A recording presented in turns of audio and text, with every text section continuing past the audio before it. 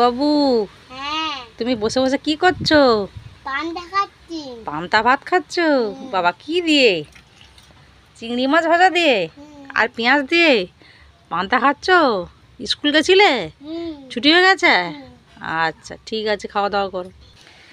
এই দেখো বন্ধুরা, বাইরে ঝড়ের মতন বাতাস হচ্ছিল, এখন একটু থেমে গেছে। বৃষ্টির তো নাম নেই, শুধু ঝড়ের মতন বাতাস।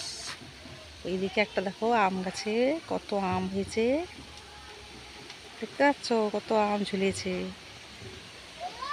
বাতাস হচ্ছে ঝড়ের মতন, বৃষ্টি নেই, কিছু না। এইদিকে আমার রান্নাঘরে চলো, কি কি রান্না হচ্ছে। এই যে দেখো, এই যে শাক ভাজা হবে এখানটায়, আলু কুঁদরি বেগুন টেগুন আর কুমড়ো শাকের ডাঁটা দিয়ে একটা তরকারি চচ্চড়ি মতন হবে। ওখানে ভাত হচ্ছে, আর এই যে এখানে মাছের টক হবে রান্না। আজকে হচ্ছে আমাদের এই রেসিপি। ঠিক আছে, চলো তাহলে আজকে এই পর্যন্ত। তোমরা আমার ব্লগটি দেখো, আমার সঙ্গে থাকো। টাটা।